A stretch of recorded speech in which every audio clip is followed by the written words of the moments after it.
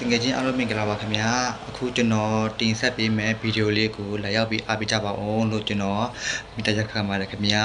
ဒီဗီဒီယိုလေးကရန်ကောင်းပါတယ်เนาะအဲဒါကြောင့်မို့ကျွန်တော်ရဲ့ YouTube channel လေးကိုလည်း Subscribe လေးနှိပ်ပေးထားပါဦးလို့မိသားစုခံပါတယ်ခင်ဗျာကဲကျွန်တော်နဲ့အတူတူတစ်ချောင်းကြည့်စားလို့เนาะကြည်ပြာနဲ့နေလာကတူတုံစင်ညီအမရင်းနေမှုငငယ်လေးကလေးကချစ်ချစ်ခင်ခင်နေထိုင်ခဲ့ကြပါတယ်ညီမဖြစ်တဲ့နီလာကဖိုးကျော်ဆိုသူနဲ့လက်ထပ်ပြီးတဲ့နောက်မှာမိဘနှစ်ပါးအမွေပေးခဲ့တဲ့လမ်းမြေတွေကိုရောင်းပြီးညီအမနှစ်ယောက်အညီအမျှခွဲဝေယူခဲ့ကြတယ်ဗျနီလာကသူမရတဲ့ဝေစုကိုအရေးပေါ်အခြေအနေမှာသုံးဖို့ဆိုပြီးလုံးဝထုတ်မသုံးမဲနဲ့တိတိကျကျစုဆောင်းထားခဲ့ပါတယ်ပုံမှန်ဝင်ငွေရဖို့အိတ်ရှိမှာအစာအသောက်လေးချက်ရောင်းရင်းနဲ့စူးစားရုန်းကန်နေခဲ့ရှာတယ်ဗျတနေ့တော့အမဖြစ်တဲ့ကြည်ပြာကမျက်ရည်လေးစမ်းစမ်းနဲ့နီလာစီကိုရောက်လာခဲ့ပါတယ်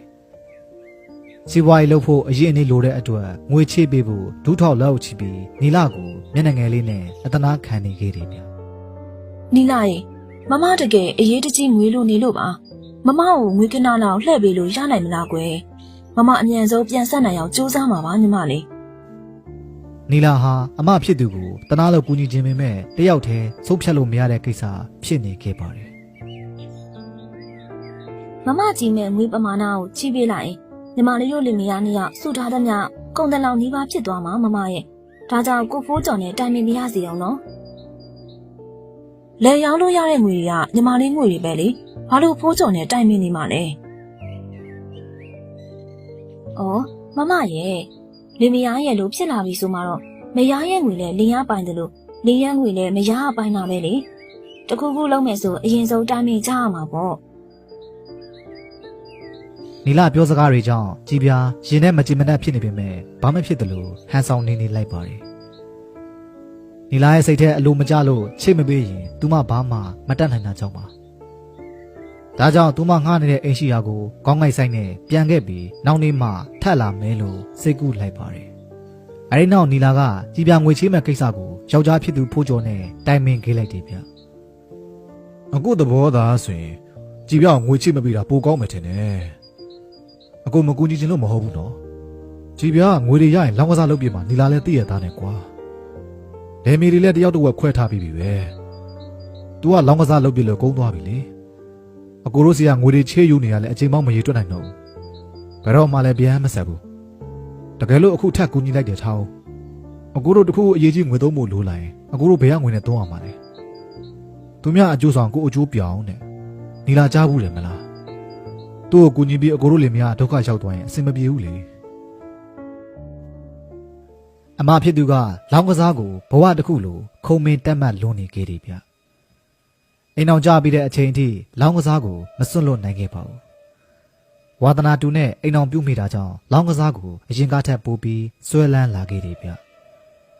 နောက်ဆုံးတော့ကုန်းကောက်စရာမရှိအောင်မွဲပြကြပြီးအိမ်ငှားနေရတဲ့ဘဝကိုရောက်သွားခဲ့ပါတယ်အကျွေးတွေပတ်လဲဝိုင်းပြီးအတိုးပေါ်အတိုးဆင့်လာလို့အကျွေးနုံနဲ့နစ်သွားခဲ့တယ်ဗျနောက်နေ့ရောက်တော့ကြည်ပြာနီလာစီကိုထက်လာခဲ့ပေမဲ့နီလာငင်းလိုက်တာကြောင့်ကြည်ပြာနီလာကိုဒေါသထွက်ပြီးဆဲဆူကျိမ်းမောင်းနေခဲ့ပါတယ်နောက်ပြီးမတ်ဖြစ်တဲ့ဖိုးကျော်ကိုပါပတ်ရမ်းနေခဲ့တယ်ဗျဖိုးကျော်လည်းတိမခံနိုင်တဲ့အဆုံးမှထွက်လာပြီးကြည်ပြကိုခွန်းထုတ်ခွန်းပြန်ခံပြောလိုက်ပါတယ်ကိုဘွားကိုကိုဟာကိုပျက်စီးအောင်လုပ်ပြီးမှသူများအောင်တောင်းဝင်ယူခိုင်းလို့ရမလားဗျကျုပ်တို့လင်မယားလည်းခမရဘောဘာကျေးဇူးအကျွေးတစ်ခုမှမတင်ခဲ့ဘူးပါဘူးကျုပ်တို့လင်မယားကိုအခုလိုဆဲဆိုနေတာညတစ်ပြောင်တိုက်ရမကြောက်ဘူးလားမိဘတွေစီကအမွေတွေလည်းအညီအမျှယူခဲ့ကြတာပဲလောင်းကစားလို့အရက်တော့နေတိုင်းဆေးတွေချနေမှတော့ကုန်းသွားတာမဆန်းပါဘူးရွာတကြီးတဲ့မတိုင်ခင်ကျုပ်ရင်ကလည်းခုချက်ချင်းထွက်သွားပါဟဲ့ဖိုးကျော်ကျေးဇူးကန်းတဲ့ကောင်နီလာနင်လည်းတူတူပဲအရင်တော့ကထမင်းဘူးဟင်းဘူးတွေနင်တို့လင်မယားငါခွဲဝေပေးခဲ့တာမေ့သွားပြီလားဟင်းလေး2ချိန်3ချိန်လောက်ပို့ပေးပူတာနဲ့ပဲကျေးဇူးတရားအကျွေးတစ်ခုလိုသဘောထားပြီးတော့ကျုပ်တို့စုသမျှငွေတွေအကုန်ယူချင်နေတယ်ပေါ့လေဘာဟင်းနေမို့လို့ဒီလောက်ဈေးကြီးရတာလဲဒါတမင်ငွေညစ်တာပဲကျုပ်ရဲ့သိခံနိုင်စွမ်းမကိုရင်ထွက်တော့ပါနော်အမြန်တော့ပါ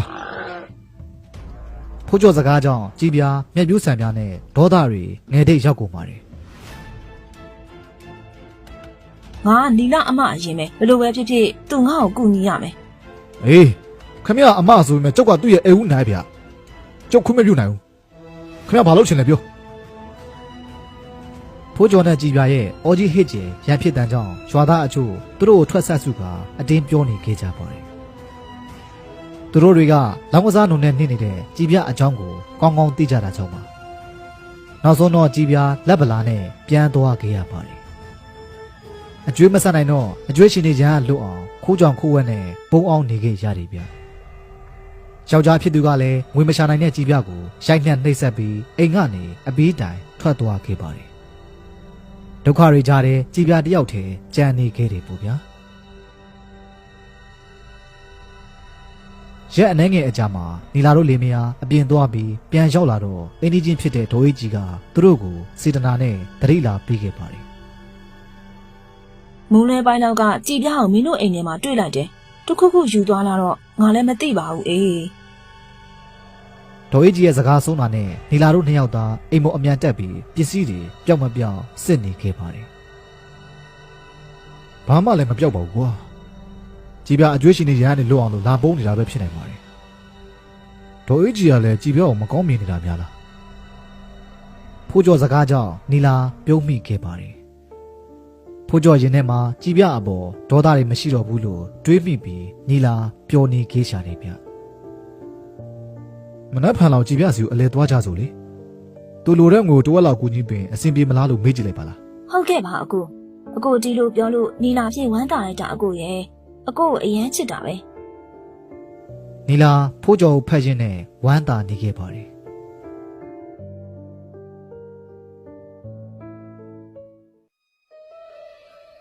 အဲ့ညမှာတော့နီလာအတွက်ကန်းဆိုးမုံမောင်ကြဖို့ဖြစ်လာခဲ့တယ်ဗျနီလာနောက်ဖေးသွားဖို့အိမ်ပေါ်ကဆင်းလာတော့မှပဲနာကျင်စွာနဲ့ဆူဆူဝါဝါအောနေခဲ့ပါတယ်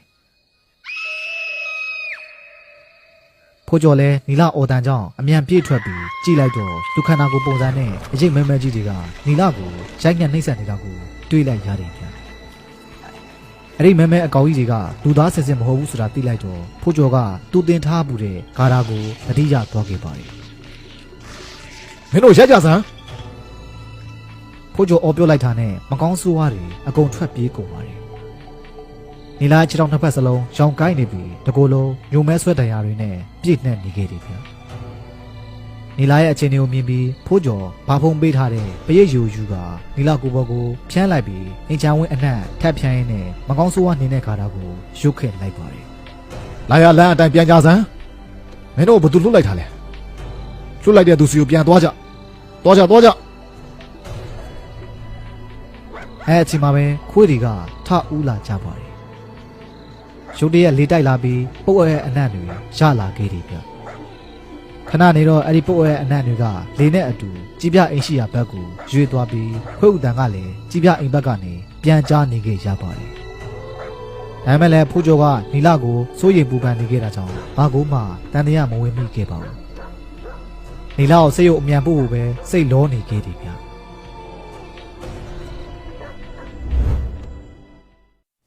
နီလာကရက်အနှဲငယ်စေးုံတက်ရအောင်မှကြောင့်ဖိုးကျော်အိမ်ကိုခဏပြန်လာခဲ့ပါတယ်။ကားပေါ်ကဆင်းတာနဲ့ဒေါ်အေးကြီးအပြည့်အလွှာရောက်လာပြီးတရင်စိုးတစ်ခုကိုလာပြောပြခဲ့တယ်ဗျ။ ဖိုးကျော်ရေကြည်ပြားဆုံးသွားပြီမင်းသိပြီးပြီလား ဟာဗျာဘာတွေပြောနေရလဲပြန်ပြောစမ်းပါဦး ညာတော့ကပေါ့နေထိုင်နဲ့ကြည်ပြားသိသွားတာတဲ့အိမ်ကြီးချင်းတွေရဲ့ပြောစကားရတော့ကြည်ပြားနေထိုင်ရင်ရုတ်တရက်ကြီးစူးစူးဝါးဝါအော်ဟစ်နေရတဲ့အခန်းထဲကနေရက်ကန်နဲ့ထွက်လာပြီးတော့လက်ကလည်းတစ်ခုခုကိုတွန်းထုတ်နေသလိုပဲလို့ပြောကြတယ်။စားတော့လူတွေကကြည်ပြားကနေရဲလို့ထင်နေကြတာခဏနေရောလူခန္ဓာကိုယ်ထက်ကြီးမားတဲ့မကောင်းဆိုးဝါးမဲတွေကသူမကိုတရုတ်တိုင်ဆွဲခေါ်တဲ့သူကဆွဲနေရိုက်တဲ့သူကရိုက်နေနေရအောင်အိမ်နီးနားချင်းတွေတည်တည်ချာချာမြင်လိုက်ရတယ်လေ။တကောင်ကခြေရောက်ကနေဆွဲရင်နောက်တစ်ကောင်ကလက်ကိုပြန်ဆွဲတယ်မသိမချင်းနှိမ့်ဆက်နေကြတာတဲ့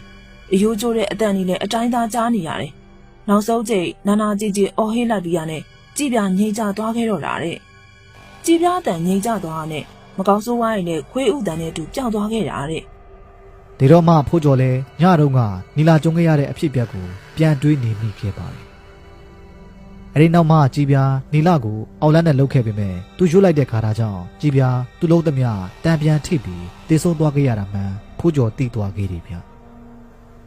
ဟူးဝဏကန်နာလို့ပဲမှတ်လိုက်ပါမယ်လေတန်တရားဝကြွေးရှီအောင်လို့ထမ်းမလုပ်ပါနဲ့တော့ကြည်ပြားရဲ့ပြီးခဲ့တာတွေအားလုံးအတွက်မင်းကိုခွင့်လွှတ်ပေးပါတယ်ဒေါ်အေးကြီးဖိုးကျော်ရဲ့စကားကိုနားထောင်နေရင်းနဲ့ဘေးမှာပေါ်လာတဲ့ကြည်ပြားအရေးကိုမြင်ကမျက်ပြူးဆန်ပြားနဲ့ကြောက်တူးတုန်နေခဲ့ကြပါတယ်ခဏနေတော့မှကြည်ပြအရေးပျောက်ကွယ်သွားခဲ့တယ်ဗျ ဟိုးကြော်ကြီးငါမြင်လိုက်တယ်ဟဲ့ ဘာလို့မြင်လိုက်တာလဲဒေါ်အေးကြီးရဲ့ မင်းဘေးမှာရက်ပြီးငူနေရဲ့ကြည်ပြားကိုမြင်လိုက်တယ်ဒါပေမဲ့အခုမရှိတော့ဘူးတင်အောင်တင်မှာပြစ်မိရပဲနေမှာပါလေ ကြည်ပြငိုးနေတယ်လို့သိလိုက်တော့လေဖိုးကျော်စိတ်မကောင်းဖြစ်နေမိခဲ့ပါတယ်ကြည်ပြရဲ့ဝိညာဉ်သူတို့နှစ်ယောက်အပေါ်ထားတဲ့မုန်းအာဃာတတွေကြောင့်မကြွနိုင်ပါကိုစိတ်ပူနေခဲ့မိတယ်ဗျအဲဒီနောက်ကြည်ပြတဲ့ရင်ကိုဖိုးကျော်နီလာကိုပြောပြလိုက်ပါတယ်နီလာကတော့အမဖြစ်သူကိုဘယ်တော့မှမမုန်းခဲ့ပါဘူး ။အိုးမမကြည့်ပါရဲ့။ဒီလိုပုံစံလေးတော့မသေးသင့်ပါဘူးမမရာ။ညီမလေးမမကိုအကုန်ခွင့်လွတ်ပါတယ်။မမကိုဘယ်တော့မှဒေါသမထွက်ခဲ့ဘူး။မမပေါ်မကောင်းချက်မျိုးလည်းမတွေးခဲ့ဘူးပါဘူး။အခုမမကြည့်ပြနာကြီးကိုညီမစာအသေးချာလုပ်ပေးပါနော်။မမရဲ့ဝိညာဉ်ပိုကောင်းတဲ့နောက်ဘဝတစ်ခုကိုကူးပြောင်းနိုင်အောင်လို့အသေးချာရေးဆက်ချအမျှဝေပေးပါ။ ဒီကိစ္စကိုပူးမနေပါနဲ့နီလာရဲ့ဘလို့ပဲဖြစ်ဖြစ်ကြည်ပြားမင်းရဲ့အမအရင်မဲ့လေနိုင်ရုပ်အကိုအသေးချာစီစဉ်လိုက်ပါမယ် နိုင်ရဲ့ကိစ္စတွေအကုန်ပြီးသွားတဲ့နောက်ဖိုးကျော်ကဘာဖုံးကိုဖြစ်ပြက်သမျှအကုန်ပြောပြလိုက်ပါတယ် တက္ကမလေးကြည်ပြားအောက်လန်းနီးနဲ့တကားတို့လေမြောင်တိုက်ခတ်ခဲ့တယ်ဒါပေမဲ့တကားကြီးရဲ့ဖုံးကန်ကြောင့်ဂါရာအစွမ်းပူတက်ရောက်ပြီးလုတ်တဲ့သူကိုပြန်ထိတာပဲတကားကြီးဒီဂါရာကမကောင်းဆိုးဝါးနေတဲ့ဂါရာဖြစ်တာကြောင့်မကောင်းဆိုးဝါးတွေကစိတ်ခန့်ခဲ့တဲ့သူစီကိုပဲပြန်ပြီးတော့ဒုက္ခပေးတတ်ကြတယ်နောက်ဆုံးတော့လဲကြည်ပြားသူလုတ်ခဲ့တဲ့အတိုင်းပြန်ခံလိုက်ရတာပဲလေတပည့်တော်တို့လေမြောင်ဒုက္ခပေးဖို့ကြည်ပြားသုံးတဲ့အောက်လန်းပညာဘယ်လိုမျိုးလဲဖုံဖုံကခက်ရလေးပြုံးလိုက်ပြီးခေါင်းကိုတဖြည်းဖြည်းခါရမ်းလိုက်ပါတယ် တီးရတော့လဲဘာတွေရလာမှာမို့လို့လဲသူပြူးတဲ့ကံသူ့စီကိုပက်တင်ပြတ်ထတ်သွားခဲ့ပြီလေဒီမှာရင်ရက်လိုက်ပါတော့တကားကြီးရဲ့ ဘာဖုံးရဲ့ဆုံးမစကားကြောင့်ဖိုးကျော်လဲစိတ်ထက်ရှင်းလင်းသွားပြီးပေါ်ပါတဲ့ခြေလမ်းတွေနဲ့အိမ်ပြန်လာခဲ့ပါ